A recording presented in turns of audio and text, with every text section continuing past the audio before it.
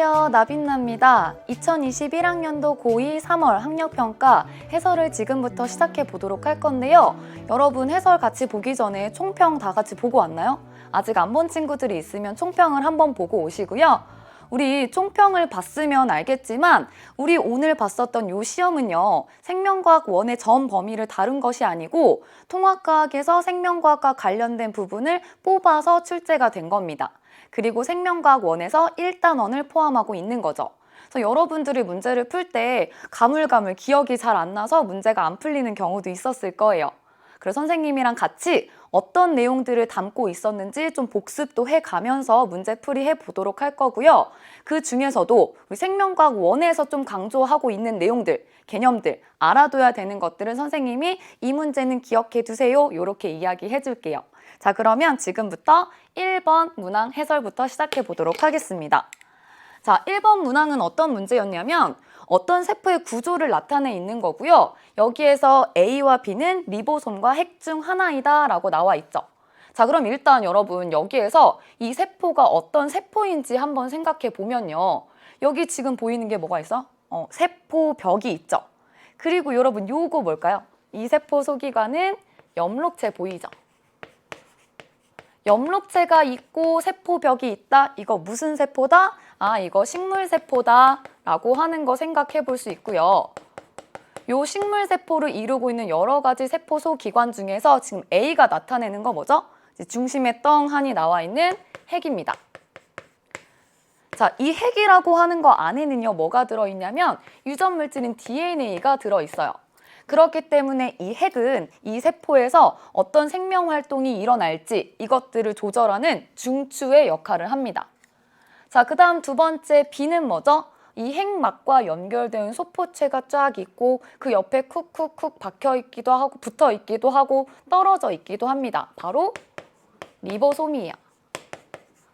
우리 리보솜은 어떤 역할을 하죠? 맞아요. 얘는 단백질을 합성하는 역할을 합니다. 자, 이거 외에 다른 애들도 한번 이름을 붙여볼까요? 여기 나와 있는 이렇게 뭐 핫도그 케찹 발라져 있는 이런 모양의 얘는 뭐예요? 얘 미토콘드리아예요. 미토콘드리아는 이 안에서 에너지를 만들어냅니다. 자, 그리고 여기 보이는 거 이건 뭐죠? 식물세포에 발달되어 있는 액포, 그래서 뭐 노폐물이라든지 색소라든지 물질 이런 것 등을 저장하는 역할을 합니다. 자, 이렇게 세포 소기관들이 나와 있고 여기에 해당하는 설명, 특징 물어보고 있습니다. 그럼 하나씩 해결해 볼게요. 자, 기억은 지금 뭐라고 나와 있냐면 A에 핵산이 있다라고 되어 있어요. 핵 안에는 DNA, RNA 이런 핵산을 포함하고 있죠. 그래서 기억은 맞는 설명 되겠습니다. 다음 두 번째 니은이요. B는 리보솜이다. 맞죠? 단백질을 합성하는 리보솜. 자, 다음 디귿. 이 세포는 동물의 세포이다. 우리 아까 전에 얘기했다시피 여기에 지금 뭐가 있어요? 세포벽 있고요. 엽록체 있어요. 동물의 세포에서는 세포벽, 엽록체 없고요. 액포가 발달되어 있지 않습니다. 그래서 동물의 세포는 아니다. 우리 식물세포다 이렇게 이야기할 수가 있겠죠? 그래서 정답은요. 기억, 니은 두 개 맞는 3번 되겠습니다. 자, 다음 문제 2번으로 넘어갈게요. 자, 이번 문항은요. 생명체에서 일어나는 물질 대사 가와 나에 대한 설명입니다. 여긴 선생님 이렇게 별표 하나 쳐줄게요. 선생님이 별표 치는 문제들은 생명과학 1에서 다루고 있는 개념들입니다. 자, 그럼 이게 어떤 내용들인지 한번 살펴보면요. 일단 우리 물질 대사가 무엇이지? 물질 대사라고 하는 건 여러분 생명체 안에서 일어나는 모든 화학 반응 이것들을 통틀어서 물질 대사라고 합니다. 이러한 물질 대사에는요 두 가지가 있었죠. 우리 생명과학 1에서 배웠을 거예요. 어떤 게 있냐면 바로 동화작용과 이화작용이 있어요. 자, 동화작용과 이화작용은 어떤 건지 한번 살펴보면 크고 복잡한 물질, 고분자 물질이 있고요. 작고 간단한 물질, 저분자 물질 이렇게 있다고 해볼게요. 작고 간단한 저분자 물질이 크고 복잡한 고분자 물질로 합성되는 반응. 이걸 뭐라고 하죠? 이걸 동화작용이라고 하는 거죠. 자, 이때 이렇게 만들어지는 이 크고 복잡한 물질, 요 안에는요, 많은 에너지들이 저장되어 있어요. 그래서 얘는 에너지가 많고요. 얘는 에너지가 적습니다. 그러면 이런 물질 대사가 일어날 때는 우리 에너지의 출입도 같이 일어나죠. 그럼 에너지의 출입이 어떻게 일어나냐면 에너지가 낮은 데서 높은 데로 이동한다. 그러니까 합성이 된다. 이때 에너지는 흡수되는 거예요. 그래서 동화작용은 에너지가 흡수되는 흡열 반응이다. 우리 이렇게 공부했었죠. 자, 그러면 두 번째, 이화작용은 무엇이냐면 반대로 생각하면 돼요. 크고 복잡한 고분자 물질이 작고 간단한 저분자 물질로 분해되는 반응. 이게 바로 이화작용 되겠죠? 다르게 되는 반응이라는 뜻이에요. 그래서 이렇게 에너지를 많이 가지고 있는 큰 물질이 작은 물질로 분해가 될 때는요, 에너지 출입이 어떻게 일어나냐면 밖으로 방출이 되는 거예요. 그래서 이런 이화작용은 분해되는 반응이고요. 에너지가 방출되는 발열 반응입니다. 이거에 해당하는 예가 지금 가나 이렇게 나와 있는 거예요. 그리고 같이 한번 살펴봅시다. 자, 첫 번째 가부터 보면요. 가는 지금 단백질이 아미노산으로 되고 있는 반응을 나타낸 거죠. 이때 단백질과 아미노산 중에 더 큰 거 뭐예요? 그래요. 맞아. 단백질이요. 단백질이 크고 복잡한 고분자 물질이고요. 이러한 단백질을 이루는 기본 단위가 바로 아미노산이 됩니다. 그럼 얘가 작고 간단한 저분자 물질이 되겠죠. 그럼 지금 가는요. 큰 물질이 작은 물질로 분해가 되고 있는 반응이고요. 분해되는 반응, 이화작용을 나타낸 거예요. 자, 이때는 에너지 출입 어떻게 된다? 에너지가 방출되는 반응이다. 자, 두 번째 볼게요. 나는요, 지금 이산화탄소와 물이 포도당이 되고 있는 과정을 나타낸 거죠. 이때 뭐가 더 큰 걸까? 우리 포도당의 화학식을 한번 써보면 여러분, 이렇게 쓸 수 있어요. C6H12O6. 뭐가 더 커요? 그치, 얘가 훨씬 더 크죠. 얘가 크고 복잡한 고분자 물질, 그리고 얘가 작고 간단한 저분자 물질, 이렇게 쓸 수 있습니다. 그럼 지금 나는요, 작고 간단한 이산화탄소와 물을 이용해서 포도당을 만들어내는 합성하는 반응이에요. 동화작용 되겠고요. 합성, 동화작용. 이거 지금 뭐 나타낸 거냐면 광합성을 나타낸 겁니다. 그럼 이때 에너지 출입은 어떻게 되냐? 에너지를 흡수하죠. 광합성이기 때문에 빛 에너지를 흡수합니다. 자, 이렇게 이화작용과 동화작용의 예를 나타낸 것이고요. 이런 모든 물질 대사가 일어날 때는 화학 반응이 우리 몸에서는 쉽게 잘 일어나지 못해요. 생명체 내에서는 쉽게 일어나지 못하기 때문에 이것들을 도와주는 누가 필요하냐면 효소가 필요하다. 이렇게 정리 한번 해볼게요. 자, 그럼 이제 보기 하나씩 해결해 볼까요? 기억부터 보면 가에서 에너지가 방출된다라고 했어요. 가에서 에너지 방출 맞고요. 두 번째, 니은 엽록체에서 나가 일어난다. 엽록체에서 지금 나는 광합성이라고 했었죠? 엽록체에서 광합성이 일어난다. 맞는 설명 되겠습니다. 다음 디귿 가와 나에 모두 효소가 관여한다. 그쵸? 우리 몸에서 화학 반응이 일어나기 위해서는 이것들을 도와주는 생체 촉매, 바로 효소가 필요합니다. 기억, 니은, 디귿 모두 맞죠? 답은 5번 되겠습니다. 자, 어려웠나요? 요것 정도는 꼭 우리 해결할 수 있어야 돼요. 자, 다음 문제 3번 볼게요. 자, 3번은 세포막을 통한 물질의 이동과 관련된 문제입니다.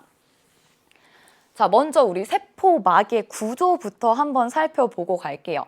우리 세포막, 생체막을 이룬 요 막은요, 어떤 애들로 이루어져 있냐면 요거 보여요?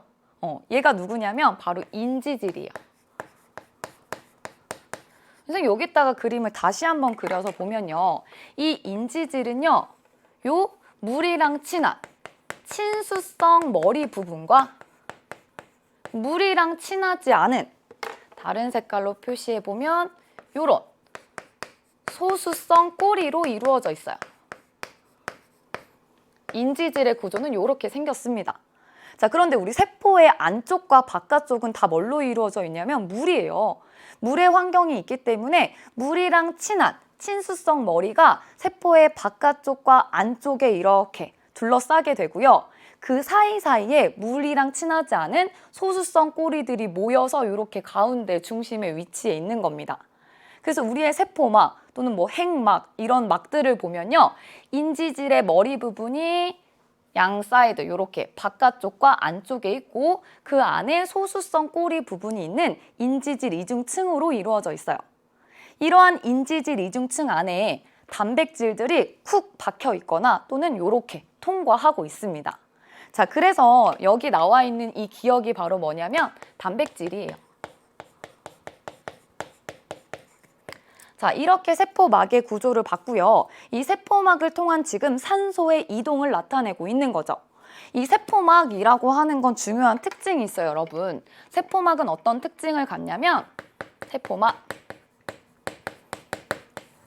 바로 선택적 투과성을 갖습니다. 이거 무슨 말이죠? 이 세포막을 경계로 안과 밖을 구분할 수 있고요. 이 안에서 물질이 아무렇게나 막 이동하는 게 아니고 선택적으로 물질의 출입을 조절한다는 거예요.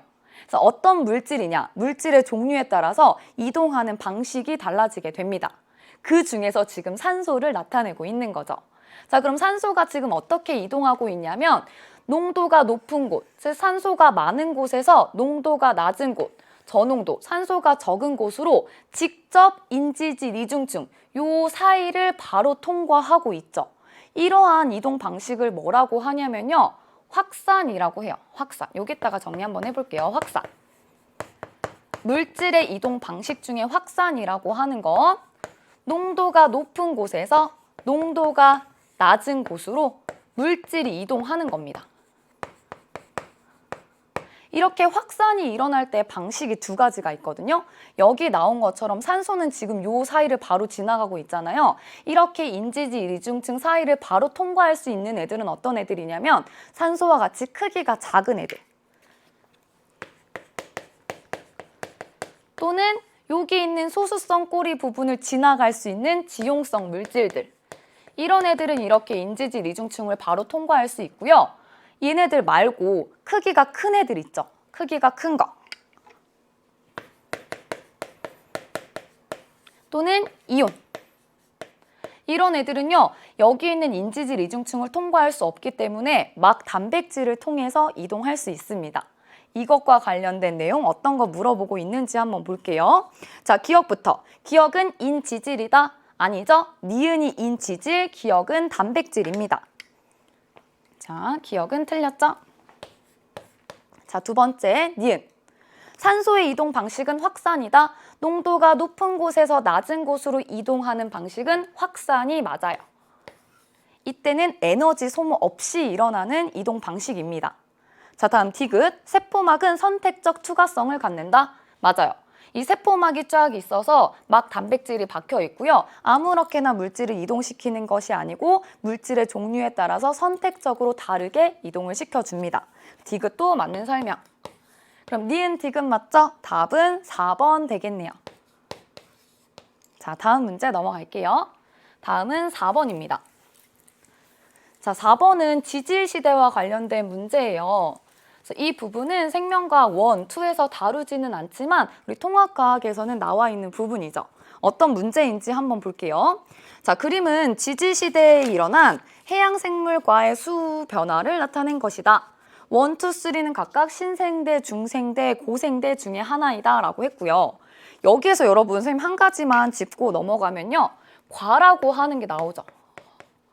거기에 설명이 뭐라고 나왔냐면 생물의 분류 단계 중 하나 이렇게 나와 있어요. 요 과가 뭐냐면 우리 생물을 분류할 때 가장 기본이 되는 단위가 종이거든요. 우리 무슨 종 막 이렇게 이야기하죠. 이러한 비슷한 종들을 묶어서 조금 더 큰 개념, 속이라고 합니다. 자, 그리고 이런 속보다 조금 더 큰 개념이 바로 뭐냐면 과예요. 우리 뭐 생각해보면 되냐면 여러분 뭐 고양이과, 개과 막 이런 얘기 하죠. 그때 과가 요겁니다. 그래서 비슷한 애들을 이렇게 묶어가지고 고양이과 하는데요. 선생님 예를 들어보면 뭐 호랑이 또는 뭐 치타, 고양이 이런 애들을 묶어서 고양이과 이렇게 하는 거예요. 좀 어떤 개념인지 알겠죠? 자, 이런 지질시대에서 해양생물의 요 과의 수를 지금 나타내고 있는 겁니다.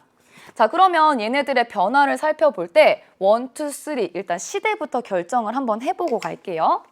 자, 먼저 이 가로축을 보면요. 시간이 나와 있어요. 시간이 언제부터 시작하냐면 5억 4천만 년 전부터 시작을 합니다.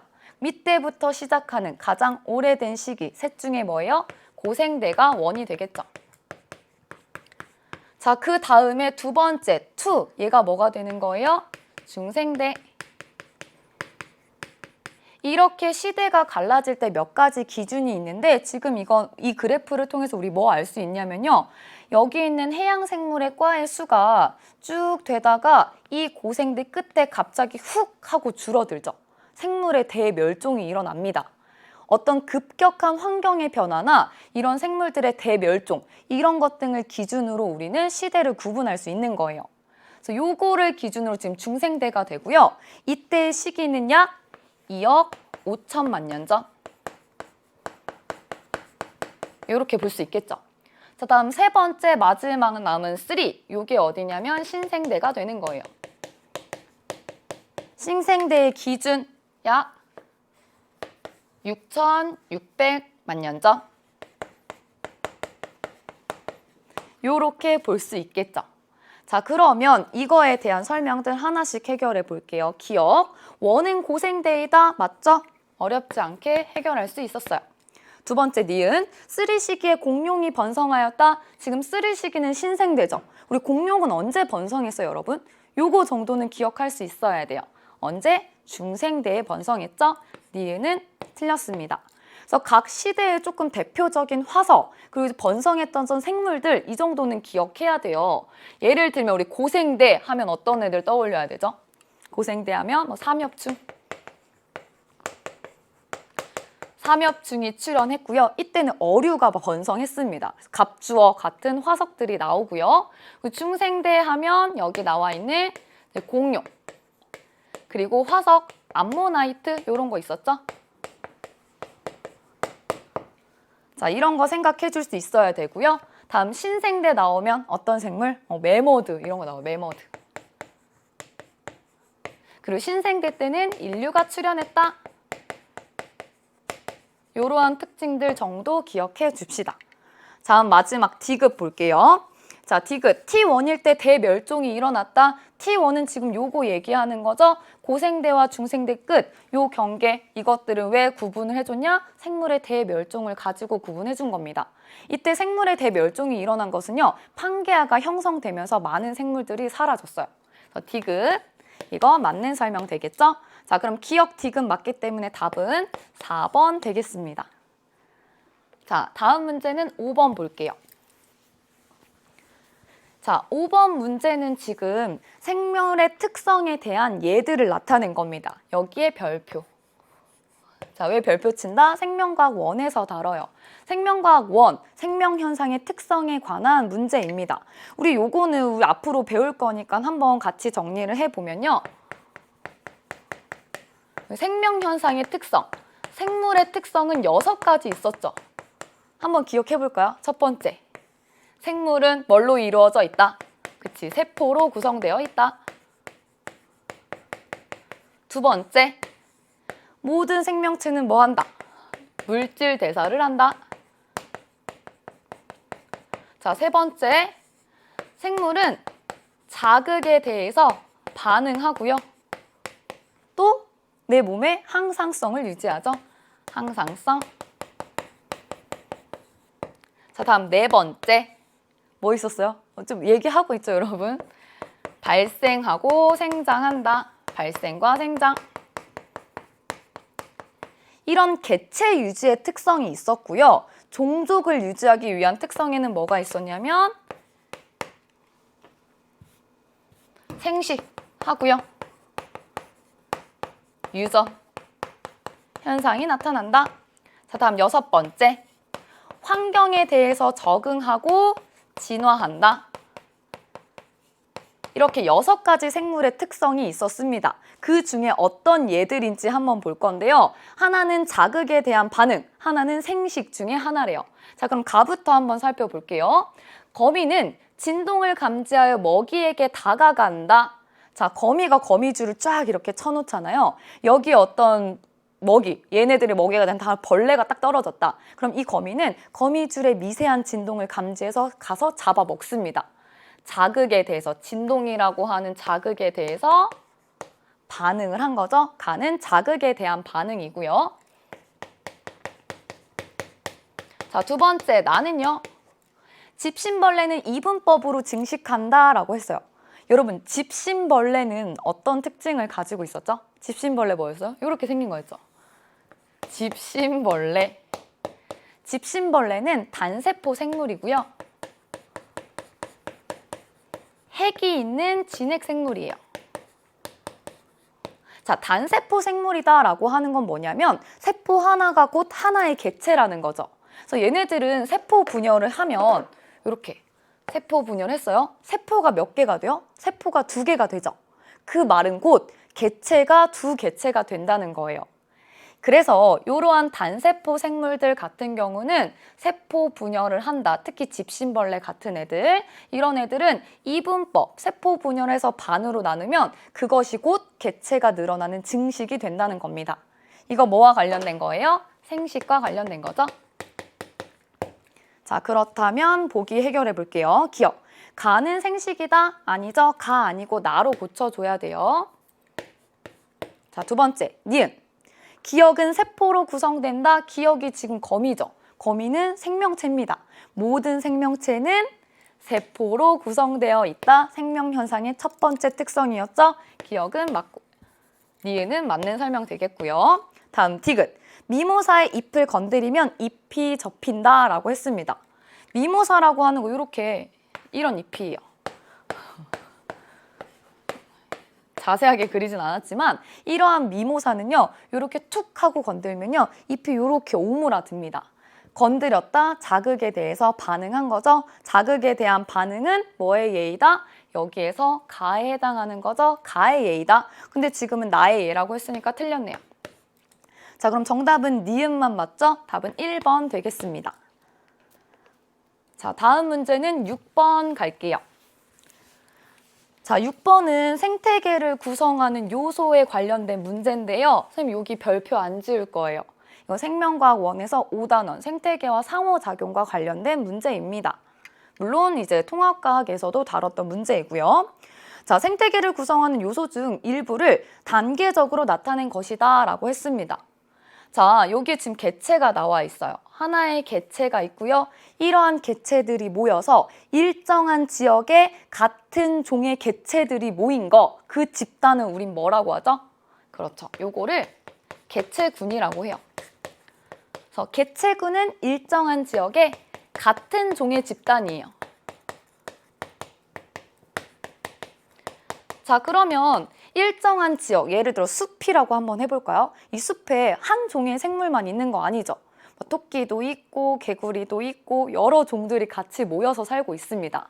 이런 일정한 지역에 여러 종들의 모임, 즉 여러 개체군들이 모임, 이거를 뭐라고 하냐면 군집이라고 하는 거예요. 그래서 군집은 개체군들의 모임이에요. 다시 얘기하면 일정한 지역의 여러 종들의 집단, 이렇게 이야기할 수 있겠죠? 그래서 이러한 여러 종들이 모여가지고 생물만 해당되는 것이 아니고 생물과 그 주변을 둘러싸고 있는 환경 요인들 있죠. 얘네들이 서로 상호작용하면서 하나의 시스템을 이루고 있는 거, 이게 바로 생태계입니다. 즉 어떤 단계인지 알겠죠? 자, 그러면 기억부터 하나씩 해결해 볼게요. 기억. 사슴과 호랑이는 동일한 A에 속한다. 우리 사슴과 호랑이 생각해 볼까요? 얘네들 같은 종이에요, 여러분? 같은 종 아니죠? 서로 다른 종입니다. A는 지금 개체군이고요. 같은 종들의 집단을 이야기하고 있기 때문에 틀렸어요. 다른 종입니다. 자, 다음 두 번째, 니은. 서로 다른 A가 모여서 B를 구성한다. 그쵸? 서로 다른 개체군들. 일정한 지역에 서로 다른 동들을 합쳐서 우리는 군집이라고 합니다. 니은은 맞고요. 다음 디귿. B는 군집이다. 쉽게 해결할 수 있죠? 자, 그래서 정답은 니은 디귿 맞는 4번 되겠습니다. 자, 다음 문제 7번 가볼게요. 자, 7번 문제는 지금 실험이 하나 나와 있습니다. 어떤 실험인지 한번 같이 보면요. 생간, 우리 간 있죠? 이 생간과 감자를 이용한 과산화수소 분해 실험을 나타내고 있는 겁니다. 자, 그럼 실험 과정을 보기 전에 우리 과산화수소라고 하는 건요. 이렇게 쓸 수 있어요. 이 과산화수소를 이용한 실험인데 어떤 실험이냐? 첫 번째부터 같이 읽어볼게요. 시험관 1, 2, 3를 준비하고요. 여기에 각각 3%의 과산화수소수를 똑같이 같은 양을 넣어줬습니다. 우리 실험에서 지금 통제시켜준 거죠. 자, 다음 나와보면요. 1은 그대로 뒀고요. 2와 3에는 비슷한 크기의 생간 조각과 감자 조각을 각각 넣었어요. 서로 다른 조작해준 거죠. 조작 변인에 해당하는 거고요. 자, 그런 다음에 실험 결과를 봤더니 1, 2, 3에서 기포의 발생 여부를 관찰했대요. 그랬더니 어떤 결과가 나왔냐면 1에서는 아무것도 발생하지 않았고요. 2와 3, 즉 생간과 감자를 넣어준 곳에서는 기포가 발생했다라고 하는 결과를 얻었죠. 그럼 도대체 이 기포는 왜 생긴 거고 이 기포는 뭔지 이 실험에 대한 설명 먼저 한번 하고 나머지 보기들을 해결해 보도록 할게요. 자, 여기 있는 생강과 감자 안에는요, 뭐가 들어있냐면 요 과산화수소를 분해할 수 있는 효소가 들어있어요. 이 효소의 이름은 카탈레이즈라고 하는 효소입니다. 이 카탈레이즈라고 하는 효소가 생강과 감자 조각 속에 들어있어서 이 과산화수소수를 분해시켜 주는 거예요. 그러면 뭐가 만들어지냐면 이 과산화수소가 분해되면 물이랑 산소가 만들어집니다. 이 개수를 좀 맞춰주면 이렇게 쓸 수 있어요. 이 반응을 촉진시켜 주는 거예요. 됐죠? 이 효소에 대한 이야기를 하고 있는데요. 자, 그러면 얘네들이 이 효소라고 하는 게 나왔으니까 효소의 특징을 한번 생각해 보면요.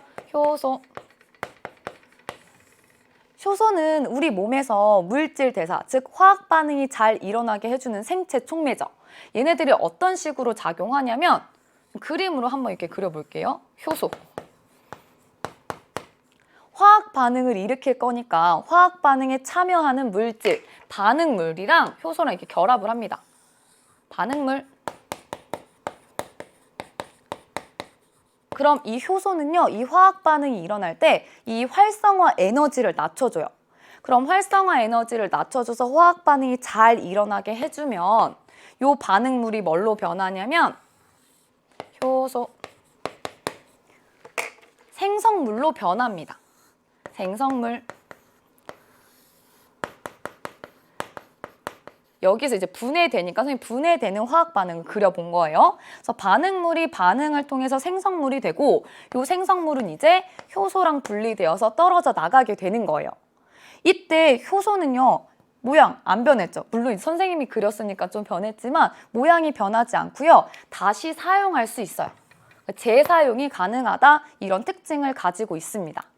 자, 그러면 우리 한번 볼게요. 문제 어떤 거 물어보고 있냐? 첫 번째 기억부터.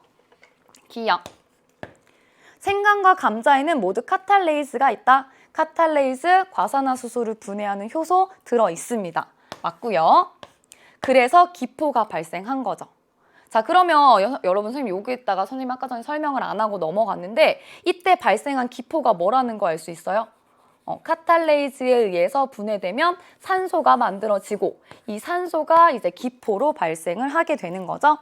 다음 두 번째 니은. 그래서 2에서 발생한 기포에는 산소가 있다. 맞는 설명 되는 겁니다. 자, 다음 디귿. 기포 발생이 끝난 3에 3%의 과산화수소수 5ml를 더 넣으면 기포가 다시 발생한다라고 했어요.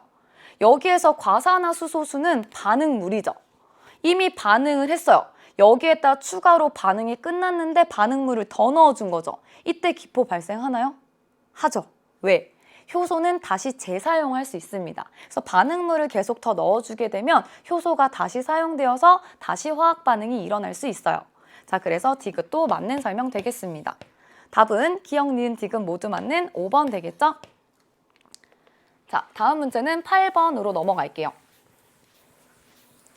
자, 8번 문제는 우리 진화와 관련된 하나의 예를 나타낸 겁니다. 그림은 어떤 세균 집단이 변화하는 과정을 나타낸 것인데요. 기억과 니은은 세균 증식과 항생제 사용을 순서 없이 나타낸 것이래요. 자, 그럼 여기 나와 있는 어떤 그림이 나와 있는지 한번 보면요. 지금 여기에 있는 세균 집단 안에는 어떤 세균들이 있어요? 항생제 내성이 있는 세균이 있고요. 항생제 내성이 없는 세균이 있어요. 여기에서 이 항생제라고 하는 게 뭐죠, 여러분? 항생제는요, 세균을 없애거나 세균의 증식을 억제하는 물질이에요. 자, 여기에 내성이 있대요. 내성은 무슨 뜻이죠? 내성이라고 하는 거는 견디다, 성질이란 뜻이에요. 견디는 성질, 저항하는 성질이라는 뜻입니다. 자, 그러면 항생제 내성이 있다라고 하는 말은 항생제에 저항할 수 있는 세균이라는 뜻이에요. 즉, 항생제를 처리해도 죽지 않고 증식할 수 있는 세균이다라는 뜻이 되겠죠? 그래서 지금 먼저 여기 앞에 나와 있는 이 세균의 집단을 보면요. 이 세균 집단 안에는 내성이 있고 없고 요 항생제 내성에 대한 변이가 존재해요. 자, 이렇게 변이가 존재하는 집단에 기억을 처리해 줬더니 지금 보세요. 항생제 내성이 있는 세균은 원래 2개, 그 다음에도 2개였어요. 그런데 항생제 내성이 없는 세균이 훅 하고 줄어들었죠. 그럼 기억에서 뭘 처리해 줬다라는 거 알 수 있어요? 그렇지. 여기에서 항생제를 처리를 해줘서 항생제의 저항성, 내성이 없는 세균들이 많이 사라졌다, 증식하지 못했다라고 하는 것을 알게 됩니다. 자, 그런 다음에 여기 이제 2번째는 어떤 일이 일어나냐면 항생제를 처리했을 때 항생제 내성이 있는 것과 없는 세균 중에서 누가 더 지금 생존에 유리한 거예요? 내성이 있는 애들이 유리한 거죠. 이런 애들이 살아남아서 오랜 세월에 거쳐 자손을 막 증식시킵니다. 그러면 요때 시간이 지나서 만들어진 요 자손 안에는요, 항생제 내성이 있는 세균들의 비율이 훨씬 더 높아지게 되는 거죠. 자, 그래서 요 니은에 들어가는 건 뭐예요? 세균의 증식. 이때 어떤 세균이 잘 증식했다? 내성이 있는, 생존에 유리한 애들이 남아서 자손을 증식시켰다. 이렇게 보시면 됩니다. 자, 그러면 이에 대한 설명으로 옳은 것 골라볼까요? 자, 기억. 기억에 의해 항생제 내성이 있는 세균의 비율이 증가하였다. 그쵸? 기억을 처리했을 때 내성이 없는 애들은 다 죽었어요. 맞는 설명 되겠고요. 다음 니은. 니은은 세균 증식이다. 그쵸? 생존에 유리한 내성이 있는 세균이 남아서 자손을 증식시킨 거죠. 니은 맞고요. 다음 디귿. 이 세균 집단에는 항생제 내성에 의한 변이가 있다. 다양한 변이가 존재했고 그때 항생제를 처리하면 생존에 유리한 개체가 살아남게 된 거죠. 디귿도 맞는 설명 되겠습니다. 그래서 답은 5번이 되겠어요. 어렵지 않았죠? 자, 그래서 진화에 관련된 이야기, 문제를 다루고 있었습니다. 자, 넘어가서 우리 9번 문제 볼게요.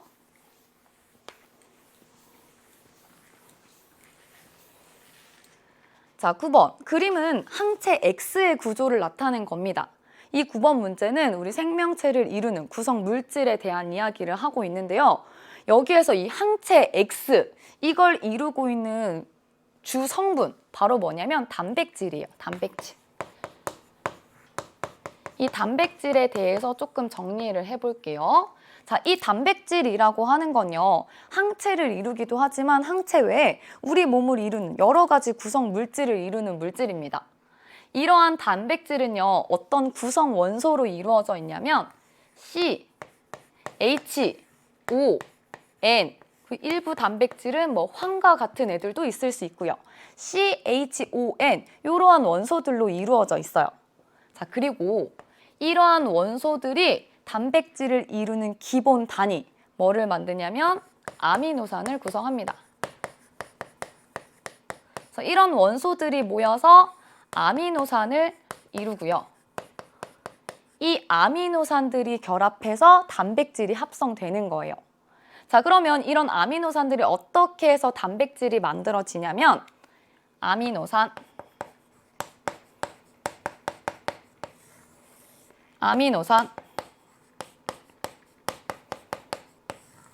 얘네들이 결합을 할 때요. 선생님 요거 아미노산 하나의 구조만 한번 그려보면요. 탄소, 기본 골격에 한쪽에는 수소, 한쪽에는 NH2, 아미노기가 달려 있고요. 한쪽에는 COOH, 카복실기가 달려 있어요.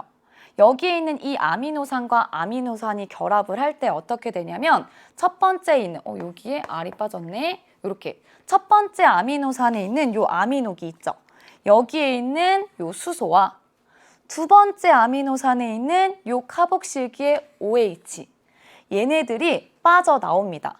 수소 2개, 산소 1개, 뭐가 빠져나오냐면 물 분자 하나가 빠져나와요. 자, 그래서 아미노산과 아미노산이 결합을 할 때는 물 분자 하나가 빠져나오면서 아미노산과 아미노산이 결합하게 됩니다. 이때 만들어지는 요 결합을 뭐라고 하냐면 펩타이드 결합이라고 해요.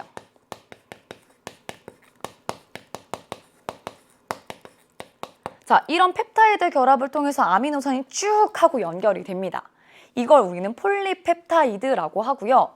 이러한 폴리펩타이드들이 막 접히고 구겨지고 해서 구조를 2차 구조, 3차 구조를 형성해요. 이러한 폴리펩타이드들이 여러 개 모여서 단백질을 이루는 겁니다. 그래서 여기 나와 있는 거 보면요. 다시 문제로 돌아와서 이 항체를 이루고 있는 요걸 확대해서 쭉 보면 수많은 아미노산들이 펩타이드 결합을 통해서 연결되어 있다라는 거 알 수 있어요. 자, 그래서 기억은 지금 뭘 의미하고 있는 거냐면 이런 단백질을 이루고 있는 기본 단위 아미노산을 나타낸 겁니다. 자, 그러면 보기 볼게요. 자, 기억은 뉴클레오타이드이다라고 했죠. 여러분, 우리 뉴클레오타이드는 뭐의 기본 단위였죠? 그치, 우리 핵산. DNA나 RNA를 이루는 기본 단위가 뉴클레오타이드예요. 그림으로 그러면 요거 기억나요, 여러분? 당,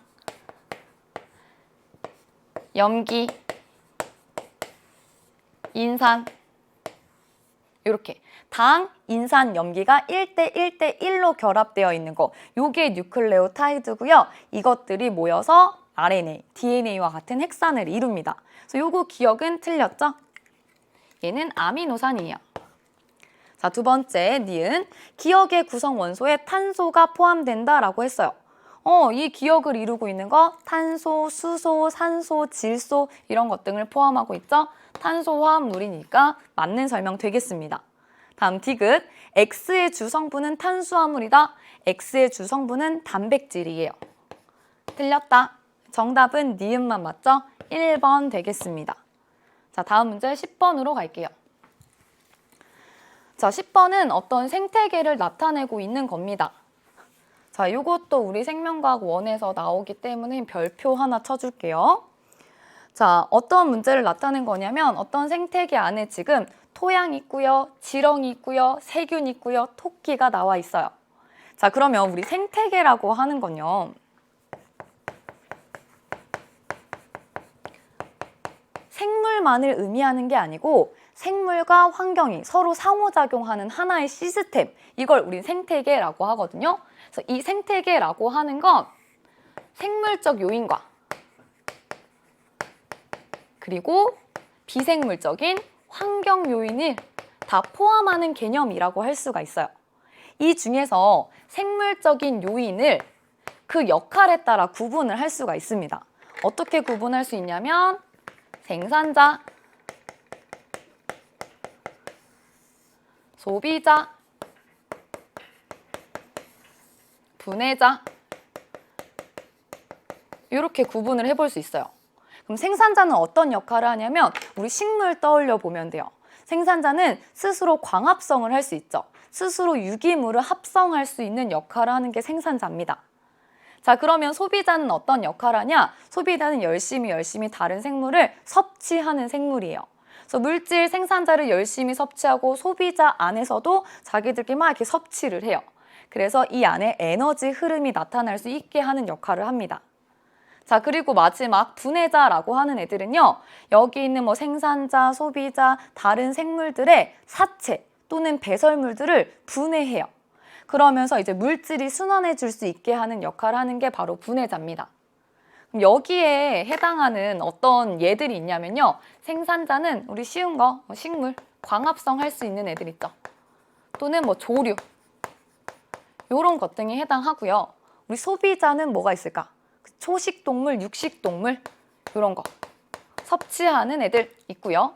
분해자, 분해하는 애들 뭐 세균, 버섯, 곰팡이 이런 애들 있습니다. 자, 이것과 관련된 내용을 지금 그림으로 나타낸 거예요. 그럼 여기에서 지금 이 생태계에서 비생물적인 환경 요인은 토양이 되는 거고요. 환경. 여기에서 지렁이는 뭐가 되는 거예요? 생물적 요인이 되는 거고요. 토끼도 생물적 요인이 되는 거고요. 세균도 생물적 요인이 되는 거죠. 생물적 요인들을 지금 나타내고 있는 겁니다. 자, 그러면 어떤 거 물어보고 있는지 보기 하나씩 볼게요. 기억. 토끼는 생산자에 해당한다. 우리 토끼는 스스로 양분을 합성할 수 있나요? 광합성할 수 있어요? 없죠. 얘는 생산자가 아니고 광합성을 해서 양분을 합성한 풀을 먹는 소비자입니다. 소비자. 그래서 기억은 틀린 설명이 되겠고요. 다음 니은. 토양 속 세균은 비생물적 요인에 해당한다. 세균은 우리 아까 전에 어디 속했어요? 어떤 생물의 사체나 유기물을 분해해서 양분을 얻을 수 있는 분해자에 속했죠. 얘는 생물적 요인에 해당합니다. 그래서 니은은 틀렸어요. 비생물적 아니고 생물적 요인. 다음 디귿.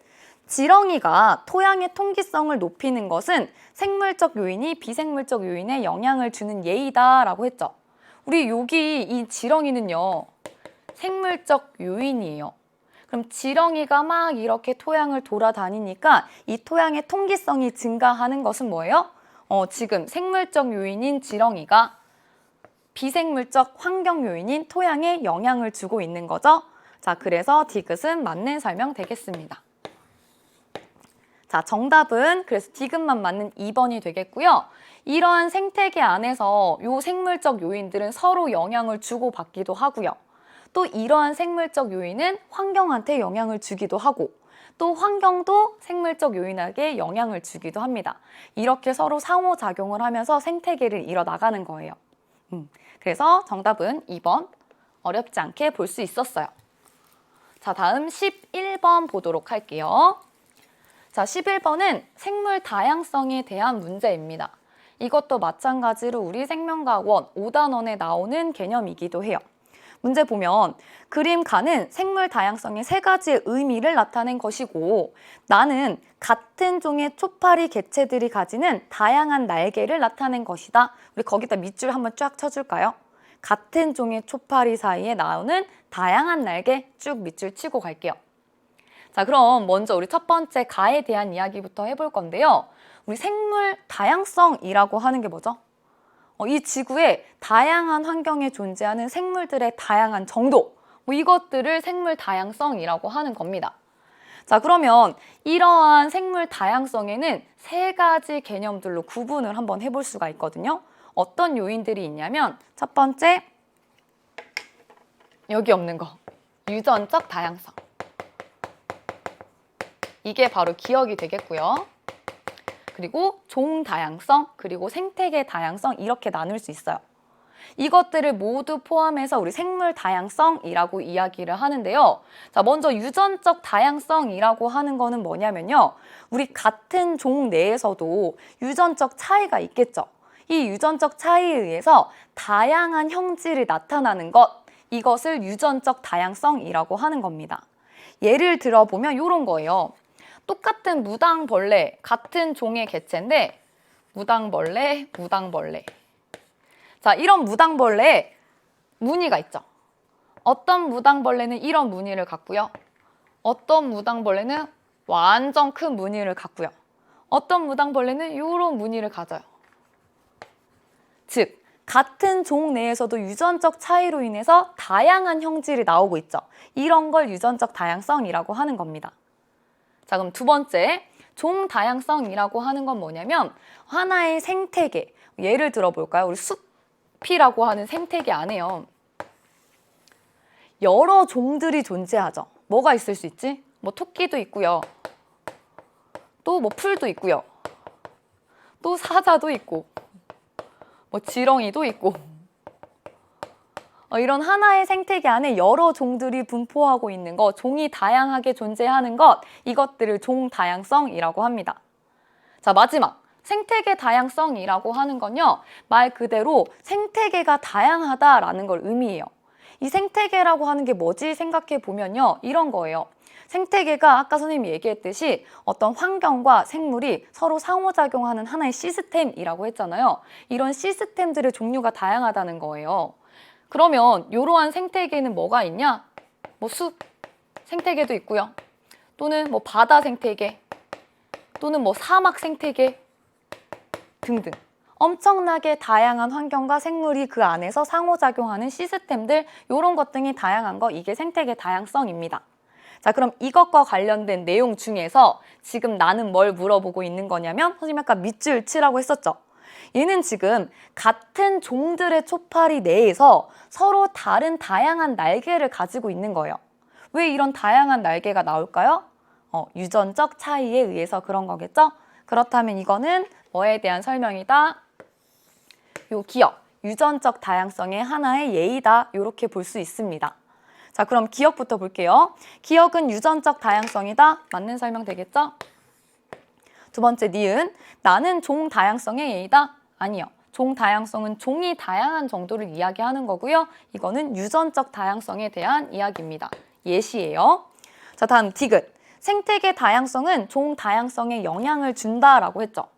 자, 생태계가 다양하다라고 하는 건 그만큼 다양한 환경이 존재한다라고 하는 것이고요. 환경이 다양해. 그럼 그 다양한 환경에 살 수 있는 종들도 다양해지겠죠. 그래서 생태계가 다양하면 종 다양성도 풍부해집니다. 종 다양성도 높아져요. 디귿은 맞는 설명 되겠죠? 자, 그래서 기억, 디귿 맞는 답은 3번 되겠네요. 자, 다음 문제 12번으로 갈게요. 자, 12번은 지금 진화에 관련된 새를 하나 나타낸 건데요. 자, 보면 그림은 핀치의 무리가 남아메리카 대륙에서 갈라파고스 군도의 먹이 환경이 서로 다른 섬으로 이주한 뒤 각각 자연 선택이 일어난 모습을 나타낸 것이다 라고 했어요. 요거에 대한 이야기를 잠깐 해보면요. 이거 누가 설명했냐면 다윈이라고 하는 사람이 요 핀치새를 가지고 연구를 해서 자연 선택설 이런 걸 이야기합니다. 그럼 어떻게 해서 연구를 했냐? 이 다윈이라고 하는 사람이 배를 타고요. 비그로라는 배를 타고 막 전 세계 곳곳을 탐사를 했어요. 그 중에 한 곳이 바로 이 갈라파고스 군도예요. 군도라고 하는 건 이렇게 여러 섬들이 모여 있는 걸 얘기합니다. 갈라파고스 군도에 이렇게 엄청 여러 개의 섬들이 막 있었어요. 그럼 여기에 이 다윈이라는 사람이 막 돌아다니면서 봤더니 요 핀치라고 하는 작은 새를 봤는데 얘네들이 각 섬에 살고 있는 애들마다 부리의 모양이 다른 걸 발견하게 된 거예요. 그래서 이 사람이 생각을 합니다. 도대체 왜 같은 핀치 새들의 부리의 모양이 다를까? 그거를 이 사람이 어떻게 설명했냐면 이렇게 설명을 해요. 원래 차 과거로 돌아가면 과거로 쭉 하고 가보면 이렇게 부리의 모양이 다양한 핀치새의 과거 조상이 존재했다는 거예요.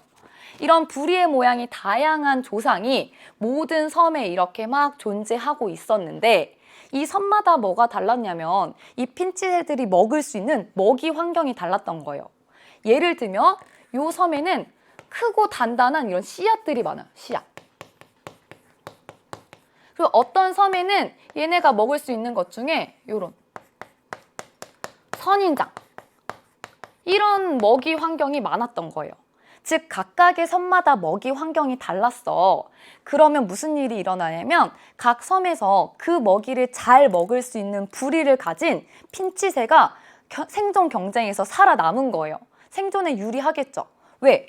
여기 있는 씨앗이 많은 곳에서는요, 이 씨앗을 부셔서 먹을 수 있는 크고 단단한 부리의 애들만 살아남아서 먹을 수 있기 때문에 생존하고 얘네들이 오랜 세월에 걸쳐서 자기의 자손을 증식시키는 거예요. 그랬더니 시간이 지난 결과 여기에는 씨앗을 잘 먹을 수 있는 크고 단단한 부리를 가진 핀칫새만 남았다. 비슷하게 이렇게 선인장이 분포해 있는 섬에는 이 선인장을 잘 먹을 수 있는 좁고 긴 부리를 가진 애들이 생존 경쟁에서 이긴 거예요. 생존에 유리했기 때문에 이런 애들이 살아남아서 자손을 번식시키면서 이 정보를 유전자를 전달해 주는 겁니다. 그래서 시간이 지났더니 이 얘네들이 부리가 길고 얇은 애들이 살아남아서 여기에 진화되었다라고 하는 거예요. 이런 식으로 환경, 먹이에 따라서 자연 선택이 되었고 그 결과 진화가 이루어졌다라고 설명한 다윈의 이론입니다. 자, 그러면 이제 우리 보기를 하나씩 해결해 보면요. 기억, 핀치 개체 사이에서 생존 경쟁이 있었다. 그쵸? 원래는 서로 부리 모양이 다양한 핀치 조상들이 있었는데 각각의 먹이 환경이 다른 섬에서 그 먹이를 잘 먹을 수 있는 개체가 자연 선택이 된 거죠. 생존 경쟁이 있었고 살아남은 겁니다. 기억은 맞는 설명 되겠고요. 다음 니은. 다윈은 자연 선택을 진화의 요인으로 설명하였다. 자연 선택의 결과 이렇게 서로 다른 종으로 진화하였다라고 이야기했어요. 맞는 설명이고요. 디귿. 먹이의 종류는 핀치의 자연 선택에 영향을 주는 요인이다. 지금 먹이의 종류, 각 섬에 있는 먹이의 종류에 따라서 생존 경쟁에 누가 유리할 것인지가 결정이 되었고 그 유리한 개체가 자연 선택되어서 진화된 거죠. 맞는 설명 되겠습니다. 자, 그래서 답은요. 기억, 니은, 디귿 모두 맞는 5번 되겠죠? 자, 다음은 13번 보겠습니다. 자, 13번은 생태 피라미드와 관련된 문제고요. 이것도 생명과학 1에서 다루고 있기 때문에 별표 하나 쳐줄게요. 자, 그림은 어떤 안정된 생태계에서 영양 단계에 따른 개체수 피라미드 그리고 에너지 피라미드를 나타낸 것이다. 이때 A, B, C는 각각 생산자, 1차 소비자, 2차 소비자를 순서 없이 나타낸 거다라고 했어요. 자, 우리가 안정된 생태계에서 생산자, 1차 소비자, 2차 소비자 이런 각각의 영양 단계가 갖고 있는 에너지양 또는 개체수 또는 생물량 이런 것 등을 나타내었을 때 하위 영양 단계, 즉 생산자부터 상위 영양 단계 1차 소비자, 2차 소비자, 3차 소비자로 갈수록 개체수나 에너지양은요 감소해요. 그래서 이 모양이 마치 뭐 같다? 피라미드 같다고 해서 개체수 피라미드, 에너지 피라미드 이렇게 불러주는 겁니다. 이것들이 바로 생태 피라미드예요.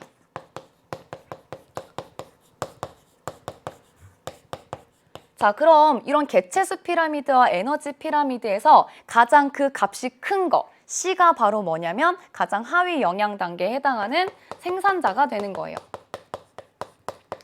자, 그러면 그 다음으로 많은 게 누구야? 생산자 다음에 상위 영양 단계 1차 소비자가 되고요. 가장 위가 2차 소비자가 되는 거예요. 그래서 상위 영양 단계로 그 수가 감소하는 피라미드 형태를 나타낸 겁니다. 자, 그럼 이에 대한 설명으로 옳은 것 한번 볼게요. 기억. A는 광합성을 통해 탄소 화합물을 합성한다라고 했죠. 지금 A는 2차 소비자예요. 우리 A, B, C 중에서 광합성을 통해서 탄소 화합물 합성할 수 있는 거 뭐예요? 그치, C, 생산자가 되겠죠? 이 생산자가 광합성을 통해서 광합성의 과정이라고 하면 이산화탄소와 물을 가지고 빛 에너지를 흡수하죠. 그러면 포도당과 같은 유기물을 만들어냅니다. 이때는 산소도 생기고요. 이 과정, 광합성이 일어날 수 있는 과정은 생산자가 되겠죠? 그래서 기억은 틀렸네요. C로 고쳐주시면 되겠습니다. 자, 두 번째 니은. B의 개체수가 증가하면 C의 개체수는 일시적으로 감소한다라고 했어요. 지금 B가 1차 소비자죠. 1차 소비자 우리 초식동물 생각해 보면 돼요, 여러분. 어떤 초식동물의 개체수가 증가했다. 그럼 무슨 일이 일어나겠어요? 열심히 풀을 뜯어 먹겠죠. 그러면 이 생산자는 일시적으로 수가 감소할 겁니다. 그래서 니은은 맞는 설명 되겠고요. 자, 다음 디귿. 에너지양은 상위 영양 단계로 갈수록 증가한다. 상위 영양 단계로 갈수록 감소하고 있죠. 그래서 디귿은 틀렸습니다. 그럼 도대체 이 에너지 피라미드에서 왜 상위 영양 단계로 갈수록 에너지는 감소할까요? 자, 그 이유는 이런 거죠. 생산자가 가지고 있는 에너지가 이만큼 있었어요. 그 중에 일부는 뭐였을까? 자기가 살아가는데 이 생산자가 생명 활동을 하는데 쓰이죠. 일부는 생명 활동에 쓰이고요. 또 일부의 에너지는 더 이상 사용할 수 없는 열에너지 형태로 방출이 되기도 해요. 그리고 나머지 애들 중에서 이제 초식동물로 먹힌 거, 그게 바로 이제 초식동물 1차 소비자로 이동하는 겁니다. 그래서 상위 영양 단계로 갈수록 에너지 양은 감소하게 되는 거예요.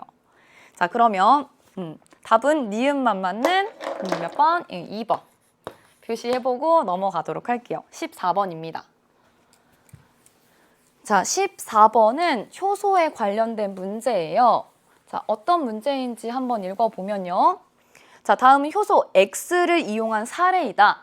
자, 싹을 틔운 보리의 가루를 넣은 물과 쌀밥을 섞은 후 일정한 온도에 두면 이 싹튼 보리에 있는 X, 얘는 효소라고 알려주고 있었죠. 이 효소에 의해서 녹말이 엿당으로 분해되는 반응이 촉진되어서 단맛이 나는 식혜가 만들어진대요. 아, 지금 식혜가 만들어지는 과정을 나타낸 거죠. 자, 여기에서 싹을 틔운 보리의 가루, 요게 바로 뭐냐면 들어본 친구들도 있을 거예요. 이게 바로 엿기름입니다. 자, 이 엿기름 안에는 효소 X가 들어있는데 이 엿기름 안에 들어있는 효소에 의해서 녹말이 엿당으로 분해가 된대요. 이 효소는 어떤 효소냐면 아밀레이즈라고 하는 효소예요. 이거 어디서 나오는 거냐? 우리 침 속에도 들어있는 효소입니다. 우리 밥을 이렇게 먹으면 밥을 씹어서 작게 크기를 만드는 소화도 일어나지만 이 침 속에 들어있는 소화 효소에 의해서 밥 알 덩어리, 이 큰 녹말 덩어리가 엿당으로 분해되는 반응도 일어나는 거예요. 자, 그래서 정리를 한번 해보면 자, 큰 덩어리의 녹말, 이 녹말이라고 하는 건 이런 단당류들이 쭉 하고 막 여러 개 연결되어 있는 다당류죠. 다당류. 이런 큰 다당류, 큰 덩어리들이 효소에 의해서 엿기름에 들어있는 효소는 아밀레이즈라고 하는 효소예요. 여기서 그 이름을 물어보지는 않지만 효소의 이름입니다. 이 아밀레이즈라고 하는 효소에 의해서 포도당 2개로 이렇게 결합되어 있는 당 2개짜리 이당류, 이런 엿당으로 분해가 되는 반응이 일어나는 거예요. 분해. 자, 그럼 우리 여러분 요거까지 한번 해볼까요? 분해가 된다라고 하는 건 지금 큰 덩어리, 고분자 물질이 작고 간단한 저분자 물질로 분해되는 반응이죠. 이거 물질 대사로 이야기하면 이화작용이 되겠고요. 그래서 이런 물질 대사, 어떤 화학 반응이 잘 일어나기 위해서 도와주는 촉매, 그 역할을 할 수 있는 게 바로 이 효소라고 하는 겁니다. 이런 효소에 대한 설명, 어떤 거 물어보고 있는지 하나씩 살펴볼게요. 기억, 주성분은 단백질이다 라고 했죠. 지금 효소에 대한 걸 물어보고 있습니다.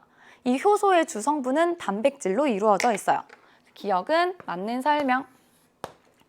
자, 두 번째 니은, 기억의 활성화 에너지를 증가시킨다. 자, 기억이 뭐냐면요. 녹말이 엿당으로 분해되는 반응, 지금 이 화학 반응을 의미하는 겁니다. 이 효소가 화학 반응이 잘 일어날 수 있게 도와주는 이유, 어떻게 해서 도와줄 수 있냐면요. 어떤 반응물이 화학 반응을 할 때 필요한 최소한의 에너지, 그걸 우리는 활성화 에너지라고 하는 거예요. 이러한 활성화 에너지를 낮춰서 우리 화학 반응이 잘 일어날 수 있도록 도와주는 게 바로 효소입니다. 그래서 니은은 활성화 에너지를 증가시킨다고 했으니까 틀렸죠? 활성화 에너지를 감소시켜서 이 화학 반응이 잘 일어나도록 도와주는 겁니다. 자, 다음 디귿 볼게요. 식혜가 만들어지는 과정에서 촉매로 작용한다. 그쵸? 식혜가 만들어지는 과정, 이 화학 반응이 잘 일어날 수 있도록 도와주는 촉매의 역할을 하는 거죠. 디귿 맞는 설명 되겠습니다. 자, 그래서 기억 디귿 맞는 답은 3번 되겠죠? 자, 다음 문제는 15번 볼게요. 자, 15번 문제는 막을 통한 물질의 이동에 관련된 문제입니다. 그 중에서도 이제 삼투에 관한 문제예요. 자, 어떤 실험을 하나 한 건데요. 어떤 실험이냐면 겉껍데기를 제거한 같은 크기의 달걀 2개를 준비하고 각각의 질량을 측정했습니다. 자, 그런 다음에 비커 A와 비커 B 여기에다가 각각 증류수와 10%의 소금물 중 하나를 각각 하나씩 넣었어요. 뭐를 넣었는지는 이제 모르죠. 이걸 찾아야 되는 겁니다. 자, 그런 다음에 A와 B에 각각 가의 달걀을 넣고 일정 시간 지난 후 달걀의 질량을 측정했더니 요 A에 들어있는 달걀은 질량이 증가했대요. 질량 증가. B에 있는 달걀은 질량이 감소했다라고 나왔네요. 그럼 도대체 왜 질량이 감소했고 왜 질량이 증가했느냐? 둘 중에 어떤 물질을 넣어줬는지에 따라서 달라지게 되는 거죠. 자, 그러면 우리 여기에서 나와 있는 물질의 이동, 삼투에 대해서 잠깐 이야기를 하고 갈게요. 자, 삼투라고 하는 건 뭐냐면요. 물질의 농도가 낮은 저농도에서 물질의 농도가 높은 고농도로 물이 이동하는 거예요. 이걸 우리는 삼투라고 합니다. 선생님, 그림으로 간단하게 설명해보면 이런 거예요. 이런 통에 반투과성 막을 경계로 이 반투과성 막이라고 하는 거는 용질은 통과시키지 못하고 크기가 큰 애들은 통과시키지 못하고 물은 통과할 수 있는 막이에요. 이 방투과성 막을 경계로 한쪽에는 농도가 진한 설탕물을 넣은 거예요. 고농도의 설탕물. 한쪽에는 농도가 묽은 저농도의 설탕물을 넣어준 겁니다. 그런 다음에 딱 두면요. 시간이 지났을 때 얘네들의 농도가 같아지려고 해요. 그럼 원래 농도가 같아지려고 하면 여기에는 지금 설탕이 많이 들어있고 여기에는 설탕이 조금 들어있는 거죠. 그럼 설탕이 많은 데서 적은 쪽으로 이동하면 농도가 맞춰질 텐데 요 반투과성 막으로 딱 경계를 막아놨어요. 얘네들은 설탕이 이동할 수 없는 막입니다. 그럼 어떻게 해서 농도를 맞추냐면요. 물이 이동해요. 물이 저농도에서 고농도로 이동을 합니다. 그러면 원래 농도가 높았던 이쪽에 물이 많아지게 되고요. 그리고 농도가 낮았던 이쪽에 물이 줄어들게 돼요. 물의 양이 많아지고 물의 양이 적어지면서 농도가 맞춰지게 되는 겁니다. 이렇게 물이 이동하는 현상을 삼투 현상이라고 하는 거예요. 자, 그러면 우리 다시 돌아와서요. 여기 있는 이 실험에서 지금 A에 넣어둔 달걀은요. 질량이 증가했다고 했죠. 질량이 증가한 이유는 뭘까요? 그치? 이 안으로 물이 들어왔기 때문일 거예요. 자, 그럼 물이 이동했다. 물은 저농도에서 고농도로 이동을 할 거니까 이때 달걀 내부가 더 농도가 높다는 뜻이죠. 그럼 A에 넣어준 것은 뭐다? 아, 증류수 넣어준 거구나. 그래서 농도를 맞추기 위해 증류수에서 달걀 안으로 물이 더 많이 이동을 한 거죠. 자, 그럼 두 번째 B를 볼게요. B에서는 질량이 감소했대요. 질량이 감소했다? 아, 달걀 안에서 바깥으로 지금 물이 빠져나갔기 때문에 질량이 감소한 거겠죠. 그렇다면 이때 농도는 안쪽이 저농도, 바깥쪽이 고농도였을 거예요. 자, 그렇다면 이때 넣어준 건 뭐다? 농도가 진한 10%의 소금물이 되겠죠?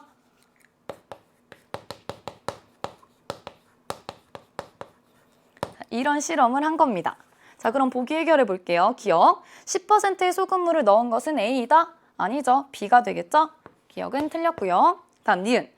다에 비해서 달걀 안에서 밖으로 물이 이동하였다? 안에서 밖으로 이동한 거 맞죠? 자, 다음 디귿. 다의 A와 B에서 모두 삼투가 일어났다? 둘 다 물이 이동하는 삼투 일어나고 있습니다. 자, 그래서 정답은 니은, 디귿 모두 맞는 4번 되겠죠? 자, 다음 문제 16번 문제는요. 괭이눈에 대한 신문 기사와 이 기사에 대한 학생 A, B, C의 대화를 나타낸 것이다 라고 나와 있네요. 자, 이 신문 기사의 내용은 뭐냐면요. 국립생물자원관에서 땡땡군의 일대를 조사한 결과 그 전에는 문헌으로만 전해졌던 이 괭이눈이라고 하는 게 우리 국내에 서식지가 있다라고 하는 것을 처음으로 확인한 거예요. 이 서식지 안에 그동안 우리 100년 동안 우리나라에서 발견되지 않았었던 괭이눈이 안정적인 군락, 이제 생물 집단을 얘기하는 거죠. 이런 군락을 형성하고 있는 것으로 조사되었다. 이런 신문 기사가 나와 있습니다.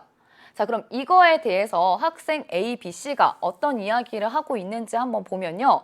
첫 번째, 학생 A부터 볼게요. 자, 괭이눈이 의약품으로 사용될 수 없다면 생물 자원으로서의 가치가 없다라고 이야기했습니다. 우리 이 생태계 안에는요, 정말 다양한 생물들이 있죠. 우리는 이 생물들을 여러 자원으로 사용하고 있습니다. 이 생물들을 어떻게 자원으로 활용하고 있냐면요. 예를 들어 우리 대표적으로 생각하면 막 여러 식물들, 동물들 막 먹죠. 그래서 식량으로 이용하기도 하고요. 식량 자원으로 사용하기도 하고요. 자, 그리고 또 목화솜 이런 거 생각해 보면요. 우리 의류, 옷을 만들고 이런 데도 자원으로 활용을 하고요. 또 뭐 목재 이렇게 활용을 할 수도 있고요. 내가 의약품을 만드는데 자원이 되기도 하고요. 또 우리 관광 자원 이런 자원으로 생물을 활용하기도 하죠. 그래서 다양한 분야에서 생물 자원이 이용되고 있다라는 겁니다. 그런데 지금 학생 A가 뭐라고 했냐면 의약품으로 사용될 수 없으면 생물 자원으로서의 가치가 없대요. 아니죠. 의약품이 아니더라도 다양한 자원으로 이용될 수 있습니다. 그래서 A는 틀렸다. 자, 그럼 두 번째 B 볼까요? 자, 지금 그 전에 100년 동안 우리나라에서 나오지 않았었던 새로운 종이 발견됐어요. 그렇다는 것은 미래에 사용할 수 있는 새로운 유전자 자원을 얻은 것이다. 그쵸? 우리 새로운 종이 발견되면 이것들의 유전자를 이용해서 다양한 분야에 쓰일 수 있습니다. 그래서 유전자 자원을 증가시킬 수 있다. 맞는 설명한 거고요. 다음 학생 C. 괭이눈 서식지를 보호하는 것은 생물 다양성 보전을 위한 노력 중에 하나야 라고 했죠. 그 이전에 이 괭이눈이 발견되지 않았지만 얘네들이 살 수 있는 서식지가 발견되었고 거기에서 안정적인 군락이 형성되어 있는 걸 발견한 거잖아요. 자, 우리 여기 생물 다양성을 감소시킬 수 있는 요인에는 어떤 요인들이 있냐면요. 일단 생물들이 살아갈 수 있는 터전, 서식지를 파괴시키거나 또는 무분별하게 잡아 남획 또는 이제 불법 포획 이런 요인들에 의해서도 생물 다양성은 감소될 수 있고요. 또 우리 환경 오염에 의해서도 생물 다양성, 많은 생물들이 사라질 수 있고요. 또는 외래종 중에서 이제 많은 이 원래 살고 있었던 고유종들의 생태 서식지 범위를 침범하는 외래종들이 있으면 생물 다양성이 감소될 수 있죠. 이러한 생물 다양성이 감소될 수 있는 요인들을 우리가 다 하지 않아야 되는 거예요. 자, 그 중에 한 가지 서식지를 보호하는 것은 생물 다양성 보전을 위한 노력 중 하나야. 맞는 설명한 거죠. 그래서 학생 B와 C가 옳은 설명을 하고 있기 때문에 답은 4번 되겠습니다. 4번. 자, 다음 문제는 17번으로 넘어갈게요. 자, 17번은 지금 사람의 세포에서 일어나는 유전 정보의 흐름을 나타낸 겁니다. 자, 우리 생명 중심 원리를 나타내고 있는 거죠. 자, 우리 몸 세포 안에는요, 어디에 모든 유전 정보가 들어있어요? 그렇죠? 이 DNA 안에 유전 정보를 담고 있죠. 이 DNA 안에서 유전 정보는 염기 서열에 담겨 있습니다. 이 유전 정보를 담고 있는 특정 염기 서열을 우린 유전자라고 불러주는 거예요. 자, 이 유전자가 포함되어 있는 이 DNA, 여기다가 표시해 볼게요. 이 DNA를 바탕으로 우리는 단백질을 합성하는 과정, 쭉 일련의 정보가 흐름이 나타나게 되는 겁니다. 그럼 그 흐름이 어떻게 일어나는지 보면요. 우리 몸속에 있는 세포 안에서 이 DNA는요, 핵 안에 있어요. 여기다가 적어볼게요. 핵. 그럼 핵 안에 들어있는 이 DNA의 정보를 바탕으로 RNA를 합성합니다. 이 과정을 뭐라고 하냐면 우리 전사라고 하죠. 이 전사라고 하는 과정은 핵 안에서 일어나는 거예요.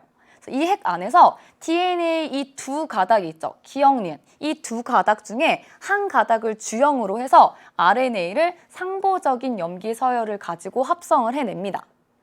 자, 이렇게 만들어진 RNA, 염기 서열이 쭉 있죠. 이 중에서 이 염기 3개가 하나 이렇게 묶음이 되는 거예요. 이거 우리 뭐라고 하냐면 암호, 유전 암호인 코돈이라고 합니다. RNA의 염기 서열을 3개로 묶어서 하나의 코돈이라고 하고요. 이 3개의 염기가 모인 하나의 코돈이 하나의 아미노산을 지정하는 거예요. 즉 다시 정리해보면 DNA의 정보를 바탕으로 전사가 되어서 RNA가 합성되고요. RNA에서 이 3개의 염기가 하나의 코돈으로 작용해서 어떤 아미노산이 올지 하나의 아미노산을 이렇게 지정하는 거예요. 그럼 어떤 아미노산들이 올지 정해지겠죠?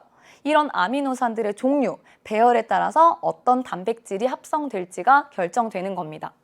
자, 이렇게 RNA의 정보를 바탕으로 단백질이 합성되는 과정은 번역이라고 해요. 자, 이 과정을 나타낸 것입니다. 자, 그럼 여기에서 우리 지금 구멍이 뻥뻥뻥 뚫려져 있는 거 보이죠? 이것들을 한번 같이 채워보도록 할 건데요. 선생님이 아까 얘기했듯이 이 RNA의 아미노산을 지정하는 암호, 즉 코돈이라고 하는 건 어떻게 만들어지냐면 이 DNA의 두 가닥 중에 한 가닥을 주형으로 해서 상보적인 염기 서열을 갖는 RNA가 만들어지는 겁니다. 자, 그러면 우리 DNA가 가질 수 있는 염기는 뭐가 있죠? 아데닌, 구아닌, 사이토신, 타이민이 있고요. RNA가 가질 수 있는 염기는 뭐가 있죠? A, G, C, 아데닌, 구아닌, 사이토신 똑같아. 근데 얘는 타이민은 같지 않아요. 요거 대신 뭐를 갖냐면 U, 우라실을 갖습니다. 자, 그러면 여기에서 상보적이라고 한다는 거는 서로 짝꿍이 있다는 뜻이죠. 누구랑 누구랑 짝꿍이냐면 A랑 T랑 짝꿍이고요. G랑 C랑 짝꿍이에요. 그럼 RNA랑 한번 짝꿍을 지어보면요. 여기에 A랑 짝꿍은 T가 없으니까 U가 되는 거고요. G, C는 똑같이 얘네들끼리 짝꿍이 될 수 있는 겁니다. 자, 그럼 이제 한번 우리 짝을 지어볼까요? 자, 먼저 지금 여기 RNA의 염기가 A, U, G 나와 있죠. 그럼 이걸 가지고 기억과 니은 중에 누가 이 주형 가닥이 되는지를 찾아볼 거예요. 그럼 얘는 짝꿍이 되는 염기를 갖는 게 주형 가닥이 되겠죠. 근데 지금 기억의 염기가 ATG라고 나와 있어요. 보면 T랑 U 빼고는 나머지 염기들이 똑같죠. 아, 그 말은 뭐다? 아, 여기 남아있는 니은이 상보적인 짝꿍이 될 거다라는 의미죠. 그렇기 때문에 지금 기억의 염기 서열과 RNA의 염기 서열은 TU, 타이밍과 유라실만 빼고 다 똑같은 거예요. 자, 그러면 얘가 주형 가닥이야 라는 거 찾을 수 있고요. 그럼 요거를 바탕으로 나머지 RNA의 염기, 코돈을 한번 찾아보면요. 자, 지금 여기 C가 나와 있죠. 그럼 이거의 상보적인 RNA는 뭘 갖는 거예요? G. 얘 A 나와 있죠. 그럼 상보적인 거 원래 DNA라면 타이민이 되어야 되는데 얘는 T 같지 않으니까 U가 되는 거예요. 그럼 요거의 상보적인 거 이제 U가 되는 거고요. 자, 계속 보면요. 자, 여기 A 나와 있네요. 그럼 아데닌의 상보적인 거 U. 그리고 T 나왔죠. 그럼 T, 타이민의 상보적인 거 A. G, 구아닌의 상보적인 거 C. 이런 염기 서열을 가진 RNA가 만들어질 수 있는 겁니다. 자, 그럼 여기에서 3개씩 묶어서 AUG라고 하는 게 A 아미노산을 지정할 거고요. GUU라고 하는 게 이 두 번째 아미노산을 지정할 것이고요. 자, 세 번째 UAC, 요 코돈이 B라고 하는 아미노산을 지정할 겁니다. 그래서 이 순서로 아미노산들이 결합해서 단백질이 만들어지는 거예요. 자, 그러면 우리 보기 한번 볼게요. 자, 기억. 핵에서 전사가 일어난다? 그쵸? DNA는 핵 안에 들어있고 이 안에서 전사가 일어나고 이렇게 만들어진 RNA가 핵 밖으로 빠져나오게 되는 겁니다. 기억은 맞고요. 다음 니은. A와 B를 지정하는 코돈은 같다? A, B 지정하는 코돈, 요 RNA의 염기 서열은 다르죠? 틀렸네요. 자, 다음 디귿. DNA 가닥 기억과 니은 중 전사에 이용된 것, 즉 RNA를 합성하는 데 쓰인 주요 가닥은 뭐다? 니은이다. 근데 기억이라고 했으니까 틀렸죠? 그래서 답은 기억만 맞는 1번 되겠습니다. 자, 다음 문제는 18번이에요. 자, 18번은 우리 생명과학 1단원에 나와 있는 우리 탐구 방법에 대한 문제죠. 자, 우리 생명과학의 탐구 방법은 두 가지가 있었어요. 하나는 귀납적 탐구 방법과 또 연역적 탐구 방법이 있었죠. 자, 간단하게만 보면요. 귀납적 탐구 방법은 뭐였어요? 내가 막 관찰했어. 이러한 관찰한 사실들을 바탕으로 어떤 규칙성을 찾아내는 거죠. 그래서 일반적인 원리를 도출하는 겁니다. 일반적 원리. 자, 그럼 연역적 탐구 방법은 뭐예요? 똑같이 이제 관찰을 하는 거예요. 얘가 많이 물어보는 거죠. 연역적 탐구 방법. 똑같이 관찰을 해요. 관찰을 했더니 의문이 생겼네? 왜 그러지? 라고 하는 문제를 인식합니다. 그럼 이 문제에 대해서 뭐를 만든다? 이게 중요한 포인트, 가설을 만들어요. 가설이라고 하는 건 내가 이 의문에 대한 잠정적인 답을 얘기하는 거죠. 그럼 이렇게 가설을 세우고 나면 이거를 검증합니다. 뭐를 통해서? 탐구를 통해서요. 그래서 탐구를 설계하고 수행을 해요. 그러면 그 결과 이제 뭐가 나오겠어요? 어떤 결과가 나오겠죠. 이 결과를 분석합니다. 그래서 하나의 결론, 확정적인 답을 도출해요. 이게 연역적 탐구 과정의 방법인데요. 이때 결론을 내렸을 때 내가 처음에 생각했던 가설과 이 실험 탐구한 결과가 다를 수 있죠. 그럴 때는 어떻게 하냐면 다시 돌아갑니다. 가설로 돌아가서 새로운 가설을 세우고 다시 탐구 활동을 한 다음에 결과를 내고 결론을 도출해내는 거예요. 자, 이렇게 쭉 일련의 탐구 과정을 하는 게 바로 연역적 탐구 과정이고요. 그게 지금 여기에 나와 있습니다. 자, 그럼 선생님 그거 어떻게 찾아요? 우리 쉽게 찾을 수 있는 거 바로 요거예요. 가설 나와 있죠? 가설을 설정했다? 그럼 연역적 탐구 방법이다 라고 할 수 있는 겁니다. 자, 그럼 계속 볼게요. 자, 세균을 배양 중인 접시에 발생한 푸른 곰팡이의 주변에서는 세균이 증식하지 못하는 것을 관찰했대요. 관찰했어. 그래서 왜 그러지? 라고 의문을 가진 거예요. 여기에 대해서 뭐라고 가설을 세웠냐면 푸른 곰팡이가 세균의 증식을 억제할 것이다 라고 하는 가설을 설정한 겁니다. 잠정적인 답이 되겠죠. 그럼 이게 맞는지 틀린지를 검증하기 위해서 지금 탐구 활동을 한 거예요. 자, 우리가 탐구 활동을 할 때는요, 중요한 포인트가 있죠. 뭐 해야 돼요? 탐구 활동 시 주의할 점, 유의할 점, 바로 대조 실험을 해야 된다는 거예요. 대조 실험이 뭐죠? 아무것도 뭔가 조작해주지 않은, 아무 처리도 하지 않은 기준이 되는 집단, 대조군을 설정한 다음에 내가 뭔가를 조작해주는 실험 집단, 실험군과 그 실험 결과를 비교하는 거예요. 이런 대조 실험을 해야지만 어떤 탐구 활동의 타당성이 증가하게 됩니다. 자, 그리고 두 번째, 우리가 탐구 활동을 할 때는요, 변인 통제를 잘 해줘야 되죠. 이때 변인이라고 하는 게 뭐였죠, 여러분? 변인. 이 변인은 실험에 영향을 미치거나 실험의 결과에 해당하는 어떤 요인들을 얘기하는데요. 이 변인에는 두 가지가 있어요. 첫 번째, 실험에 영향을 줄 수 있는 요인, 바로 독립변인과 실험의 결과에 해당하는 요인, 종속변인. 이렇게 나눌 수 있습니다. 여기에서 이 독립변인은요, 다시 두 가지가 있어요.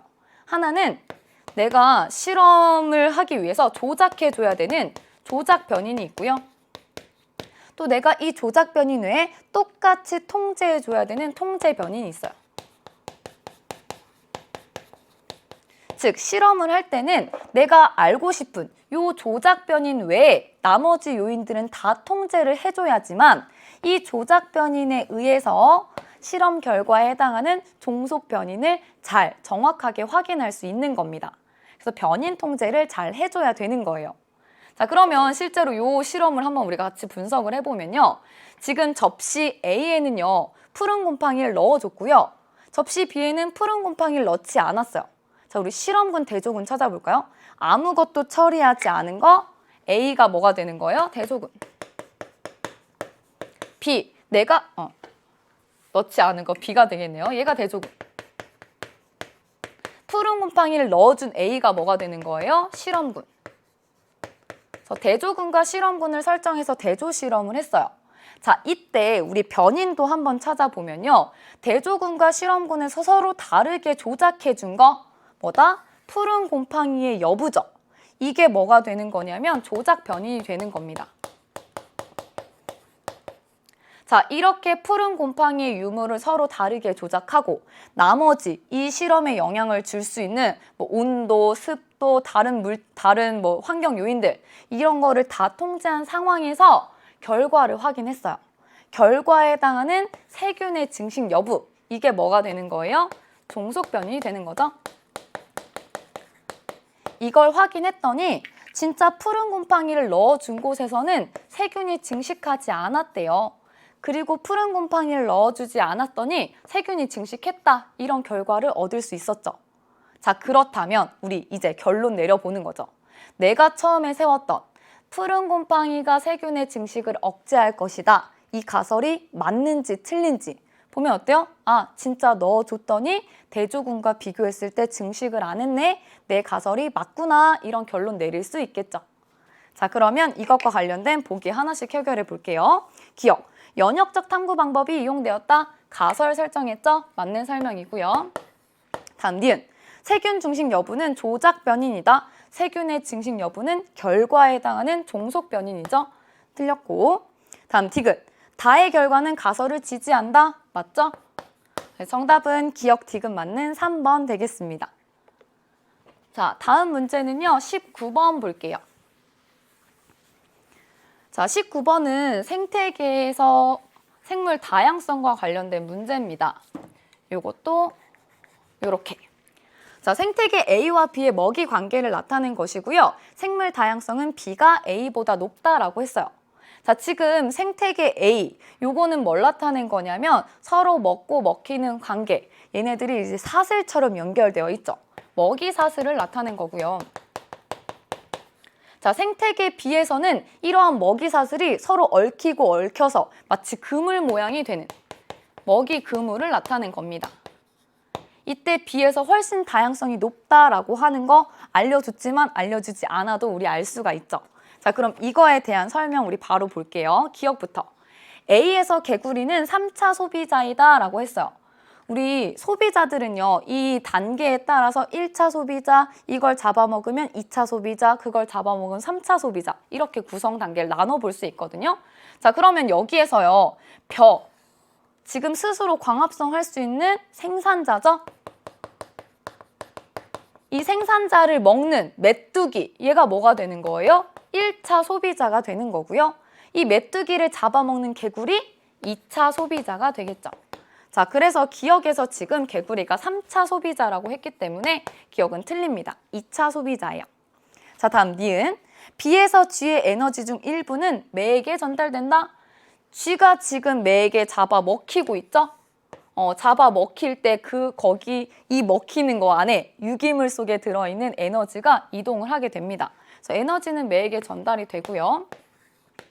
자, 다음 디귿. 생태계 평형은 A가 B보다 안정적으로 유지된다. 자, 만약에 여기 있는 생태계 A에서 메뚜기가 사라졌어요. 그럼 먹이 사슬이 중간에 끊기게 되겠죠. 그럼 생태계 평형이 파괴될 수 있습니다. 자, 그런데 여기에서는 예를 들어서 메뚜기가 이렇게 사라졌어요. 이때 다양하게 서로 먹고 먹히는 관계가 얽혀 있기 때문에 메뚜기가 없더라도 이 벼는 쥐에게 먹힐 수 있죠. 이 역할을 다른 생물들이 대체할 수 있어요. 그래서 이렇게 하나로 되어 있는 먹이 사슬보다는 먹이 그물에서 훨씬 생태계 평형은 안정적으로 유지될 수 있습니다.